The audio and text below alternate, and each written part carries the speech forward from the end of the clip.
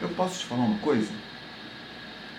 Eu tenho me preocupado muito com a maneira que a igreja tem se portado.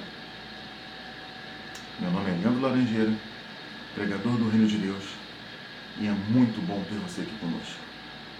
É isso mesmo, meus queridos. A igreja tem perdido a oportunidade de ser diferente. Uma excelente oportunidade de fazer a diferença. E quando eu me refiro em fazer a diferença, eu não estou falando em brigar com todo mundo ou discutir com a autoridade. Não, isso não. Muito menos aquelas igrejas que são totalmente indiferentes, né? E não se envolvem em nada e seguem a vida como se nada tivesse acontecendo. Eu não estou me referindo a isso. Quando eu estou falando em ser diferente, é em fazer exatamente o que Jesus deixou para que a igreja fizesse. E é isso. Fique conosco até o final desse vídeo. Deixe seu like. Compartilhe o máximo que você puder. Se não for inscrito, inscreva-se no canal, porque é a forma que tem de nos ajudar a produzir mais conteúdo. E compartilhe, que é a maneira que você tem de levar muitas vezes a palavra de Deus para outras pessoas. Essa discussão, a discussão que nós vamos trazer hoje, aqui nesse bate-papo que nós vamos fazer a partir de agora. Em João capítulo 13, versículo 35, se eu não me engano, a partir do capítulo 13 em diante, Jesus Cristo vem tratando com os discípulos vários assuntos que viriam a acontecer, coisas que estavam para acontecer. Havia necessidade de que aquilo acontecesse para que hoje nós pudéssemos estar aqui. E dentro desse momento, no versículo 35, Jesus vai falar o seguinte: nisto serão conhecidos como os meus discípulos, se vos amardes uns aos outros. Ou seja, eu vou traduzir para uma linguagem mais usual, uma linguagem nossa, né? É como se Jesus Cristo estivesse para os discípulos falando uma série de coisas e em um determinado momento ele para e fala assim: olha, dessa forma, ou seja, vocês amando uns aos outros, vocês tendo o amor como referência do cristianismo, vocês tendo o amor como referência de vida, vocês serão conhecidos em todos, por todos, como sendo os meus discípulos. Você sabe o que significa a palavra discípulo? Você sabe o que significa ser discípulo? E é isso que nós vamos tratar. E é isso que nós vamos ver. O que está acontecendo? A primeira coisa que nós temos que entender, em cima desse pequena palavrinha que eu trouxe, esse pequeno texto bíblico que está lá em João 13,35, o que está acontecendo ali? Jesus está reunido com seus discípulos, fazendo o que nós chamamos do discurso do adeus. E ele vai falar algumas coisas que vão acontecer, que estavam para acontecer. Depois disso ele faz a ceia e vai para a crucificação. Então Jesus está ali com seus discípulos e naquele momento ele trata isso. Ele fala com eles que havia necessidade de amar. E havendo a necessidade de demonstrar o amor, ele não para por aí. No versículo anterior, Jesus Cristo dimensiona o que amor é esse. Muitas vezes nós não entendemos o que é amar. A igreja não tem esse conceito. A igreja não consegue perceber o que é amar e fica indiferente às situações. Se preocupam com pecados, se preocupam com situações, se preocupam com vidas de pessoas e esquece que isso não cabe a ela. A Bíblia é bem clara em dizer que é função do Espírito Santo de Deus convencer um homem do pecado, da justiça e do juízo. É função do Espírito Santo de Deus, não é função da igreja. Não é função do irmãozinho. Sabe por quê? Porque todas as vezes que eu tento colocar sobre alguém o jugo do pecado, eu me coloco acima daquela pessoa e esqueço que o que eu deveria estar fazendo por ela, o que a Bíblia me ensina, o que o próprio Jesus Cristo fala, é que eu devo me colocar abaixo de qualquer um deles. Porque é a forma como eu tenho de demonstrar aquilo que ele já me deu, que é o amor. Então Jesus Cristo, no versículo 33, se eu não me engano, 34, ele vai dimensionar esse amor. Ele vai falar o seguinte: eis que um novo mandamento eu vos dou. Queridos, eu queria que vocês parassem e prestassem atenção no que eu vou falar agora. Isso é tremendo. Isso daí, assim, capita, pega, segura, guarda isso para você. Presta atenção naquilo que eu vou dizer. Eis que um novo mandamento, um novo. Leandro, mas quando eu olhei e falo um novo mandamento, o que ele está querendo dizer? Eram 10 mandamentos, agora são 11. Não, queridos, não é isso não. Eram 10 mandamentos, agora é apenas um mandamento, que engloba todos os demais. Vamos ver se vocês entendem o que eu estou querendo dizer. Por exemplo, eu comprei um produto eletrônico, novo, de algo que eu já tinha em casa. Vamos citar um exemplo aqui, eu comprei uma televisão nova. Correto? E essa televisão, para me comprar uma televisão nova, eu não vou comprar uma televisão inferior daquela que eu tenho. Não tem sentido. Então eu vou comprar uma televisão que tem todas as características da que eu já tenho e tem algo a mais. Então quando Jesus ele vira para aqueles homens e fala o seguinte: eis que um novo mandamento vos dou. Esse mandamento, ou seja, ele não está dizendo, eu não estou te dando um novo conselho, eu não estou te dando uma nova opção de você agir, ele está te dando um novo mandamento. E esse mandamento que ele está te dando é agrupando todos os demais mandamentos. Ele vai falar o seguinte: eis que um novo mandamento vos dou, amarás o próximo como eu vos amei. Ele eleva o nível do amor. Ou seja, quando ele chega para os discípulos e diz o seguinte: há a necessidade de vocês amarem uns aos outros para serem conhecidos como os meus discípulos, ele está dizendo o seguinte para os discípulos: olha, presta atenção, há a necessidade de vocês darem a vida um pelos outros, porque é isso que eu vou fazer por vocês. Há a necessidade de vocês entenderem que mesmo eu sendo Deus Todo-Poderoso, glorificado em todas as coisas, me rebaixei à forma de homem e me humilhei, e a Bíblia diz em Deuteronômio que maldito é aquele que é pendurado sobre o madeiro, e ele vai fazer isso, ele se fez maldito por amor a mim, por amor a você. Então ele categoriza, ele coloca de um nível superior, ou seja, aquilo que você amava o próximo já não basta, agora você tem que amar o próximo como eu te amei. E aí, querido, que entra o X da questão, que a igreja tem se perdido. E que isso não se caracteriza apenas na igreja no conceito de instituição, mas pela forma como isso vem se caminhando há muito tempo. Isso já está impregnado também na membresia. Isso está impregnado também nas pessoas que frequentam a igreja. Não existe mais amor. Cada um que tem o seu problema. Cada um que tem os seus questionamentos, cada um que tem as suas situações, cada um que se vire por si só. Eu não me importo com isso. Eu vou para o templo, eu adoro, eu levanto as mãos, eu canto louvores, eu sento, eu ouço a palavra, mas eu saio daí e esqueço de tudo o que aconteceu. O meu irmãozinho que está do meu lado, que está sofrendo, que está passando por necessidades, que está vivendo coisas que muitas vezes o impedem de estar ali adorando, e muitas vezes o impedem de estar adorando em essência. Isso não me importa, não está acontecendo comigo. Isso não me importa, não está acontecendo com as pessoas que me cercam. Ou melhor, às vezes até está. Mas também não importa, porque não é aí que eu quero chegar. Não é aí que me interessa. As pessoas hoje vão para os templos, vão para os cultos com o intuito de receber. E esquece que o momento de culto é o momento de dar, de adorar, de se entregar a Deus.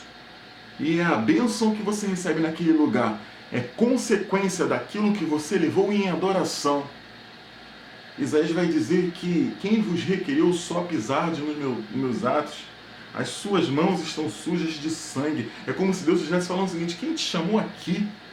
Não adianta nada se reunir nisso que vocês chamam de culto, mas não passa de uma reunião solene, onde são lugares para que vocês apresentem mais de si mesmo, e não é isso que Deus quer.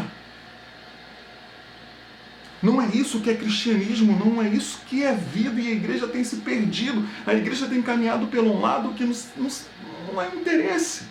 Ao invés de entregar amor, está entregando crítica. Hoje nós vemos líderes cristãos, isso por todos os lados, pessoas que chegam à mídia para falar um montão de coisa acusativa. Querido, presta atenção numa coisa, entenda, guarde isso para você. Quem tem a função de acusar é o inimigo das nossas vidas. Deus, ele ama. A Bíblia diz que Deus é amor. Há uma vertente que as pessoas dizem, alguns estudiosos vão dizer que Deus é a expressão física do amor. Não. O texto é categórico em dizer que Deus é amor. Deus é amor. E o amor não é algo sentimental. O amor não é algo abstrato, como nós aprendemos na escola. O amor é algo real e físico. O amor, ele tem que ser vivido, o amor, ele tem que ser dado, o amor, ele tem que ter sido exposto de uma forma como que, se você estivesse vivendo aquilo que o seu irmão está vivendo. Eu tenho um vídeo no canal, depois vocês vêm falando a respeito disso, quem é o seu próximo, e ele retrata muito bem o que é isso. O que é o amor? O amor, ele faz com que você seja diferente dos demais. O amor faz com que você tome atitudes que muitas vezes vai parecer que está te prejudicando. Queridos, preste atenção no que eu vou falar para você. Mesmo que pareça que você está sendo prejudicado, ame a despeito das situações. Jesus Cristo mandou que você ame. Olha, vocês vão ser conhecidos como os meus discípulos se tiverdes pelos outros amor. Se vocês trabalharem entre vocês, amor, há necessidade de que entre vocês tenham amor. Isso não ficou restrito àqueles homens naquela época. Isso recai sobre nós. E está muito longe. Há quem diga que isso é utópico. Eu não quero acreditar dessa forma. Isso não é utópico, isso é necessário. Queridos, presta atenção, um momento na vida de Jesus onde ele dispersa, ele tá pregando uma multidão, ele dispersa aquela multidão, vira para os seus discípulos e fala o seguinte: olha, vocês vão pegar o barco e vão para outra margem, porque eu vou ficar um pouco sozinho, eu preciso orar. E Jesus sobe para um monte, vai orar, e aquilo era o finalzinho do dia. Jesus Cristo era carpinteiro, ele tinha essa característica porque José, seu pai humano, era. Então Jesus não trabalhava no mar. E dentre os seus discípulos, a grande maioria era pescador. Então aqueles homens, quando iam entrar no mar, que Jesus mandou que eles entrassem, eles podiam olhar para o céu, devia estar... A tempestade não acontece, ó, né? Eles olharam assim, olha, não vai dar certo, não. Ele entende muito de obra, dessa parte de carpintaria, mas de mar entendemos nós, e se a gente entrar aí vai dar ruim. Só que presta atenção, Jesus Cristo falou para eles: olha, vocês vão entrar e vão ir para o outro lado. Ele não disse que não ia ter tempestade, ele não disse que não ia ter dificuldade, ele disse que ele ia entrar e ir para o outro lado. Agora presta atenção, pega e faz o que Jesus Cristo falou para que você faça. Porque mesmo que pareça que você está se afundando, a Bíblia diz que quando Pedro caminha em direção a Jesus sobre o mar, ele começa a afundar, ele ergue a mão para que Jesus o segure, e o texto diz que ele grita por socorro. Querido, Jesus estava próximo a ele, Jesus estava diante dele, e no mesmo instante que ele se pega afundando por ter obedecido à vontade de Deus, ele tem o prazer de receber a ajuda do próprio Jesus. Presta atenção no que eu vou dizer para vocês. Todos os discípulos que se encontravam naquele lugar, e isso era característica daqueles homens, tanto é que eles escreveram o Evangelho, grande parte do Novo Testamento, todos aqueles homens, eles tinham as características de contar as histórias. Eu imagino aqueles homens chegando em terra e falando assim: cara, eu vi alguém andando por sobre o mar, meu Deus, eu vi alguém andando por sobre o mar, tu tinha que ver, eu vi lá, Pedro andou por sobre o mar. Agora presta atenção, queridos, aquele que obedeceu a voz de Jesus e falou assim: vem até a mim, eu andei por sobre o mar. Ele poderia dizer isso. Tá difícil? Ame, porque foi o que Jesus Cristo mandou que você fizesse. Eu vou ler um texto que está em 1 Coríntios capítulo 13. Isso você pode acompanhar na sua Bíblia, se você tiver com alguma aí próxima a você. O texto diz assim, é Paulo falando a respeito do amor: ainda que eu fale a língua dos homens e dos anjos. Presta atenção no que está escrito aqui, queridos.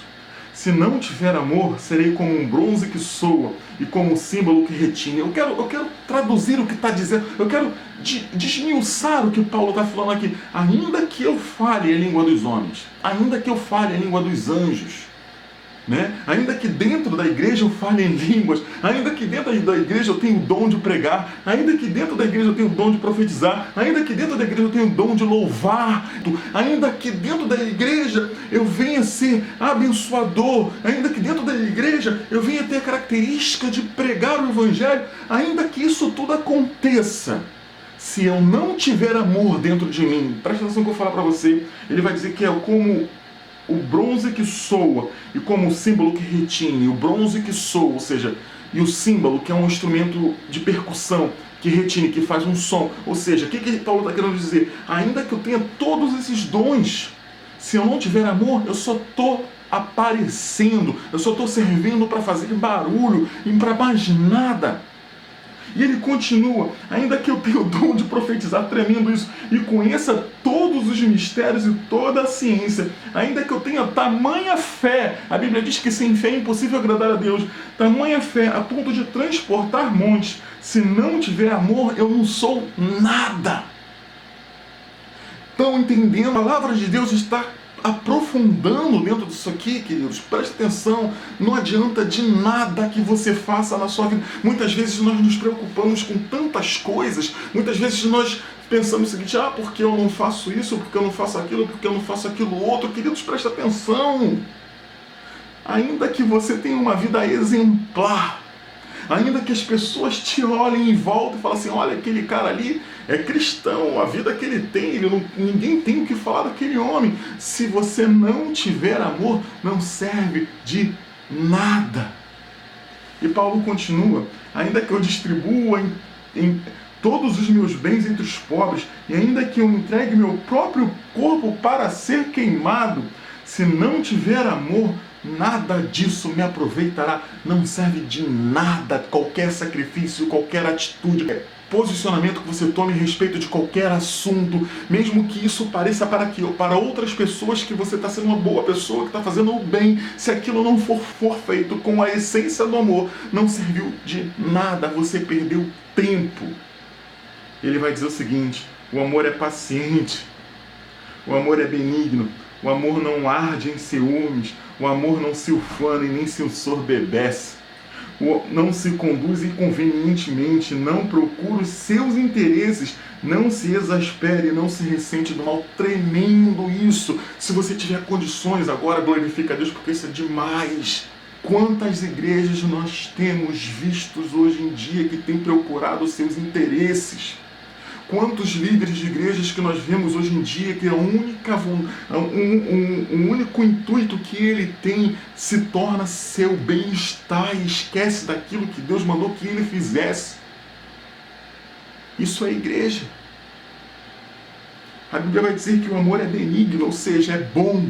O amor, por natureza, por essência, ele já traz bondade e faz bem àquele local onde ele se encontra. O amor é paciente, nada vai tirar a consciência de certeza de que Jesus Cristo está no meio quando você trata de amor. Se você trocar a palavra amor aqui por Deus, é tremendo. O amor não arde em ciúmes, o amor não fica olhando para que outras pessoas têm e aquilo que não se tem. O amor não se ufana, ou seja, o amor não se engrandece, o amor não se coloca superior a outras pessoas, o amor não se ensoberbece, o amor não se exalta, o amor não se conduz convenientemente, o amor não faz mal aos que estão ao seu redor, ao seu derredor. O amor não preocupa por os seus interesses, o amor não se exaspera, o amor não se ressente do mal.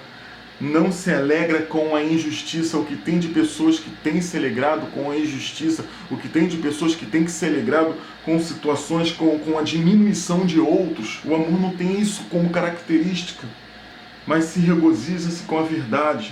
Tudo sofre, tudo crê, tudo espera e tudo suporta. Queridos, eu vou ficar por aqui, não vou me alongar mais.